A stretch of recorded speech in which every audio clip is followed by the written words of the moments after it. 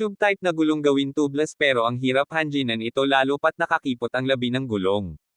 Pero gagawa namin yan ng paraan una tinalian muna tapos ilubog sa tubig sabay bukas ng hangin para ang impact ng hangin at tubig para lumapat ang mga labi ng gulong yan ang teknik sa nakakipot na labi ng tube type na gulong.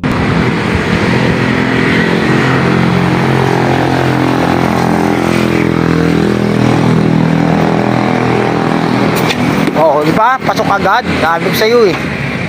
Yan mga idol, yan ang diskarte.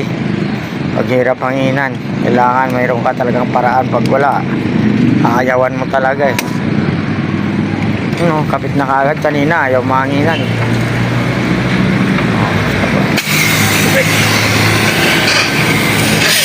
Okay.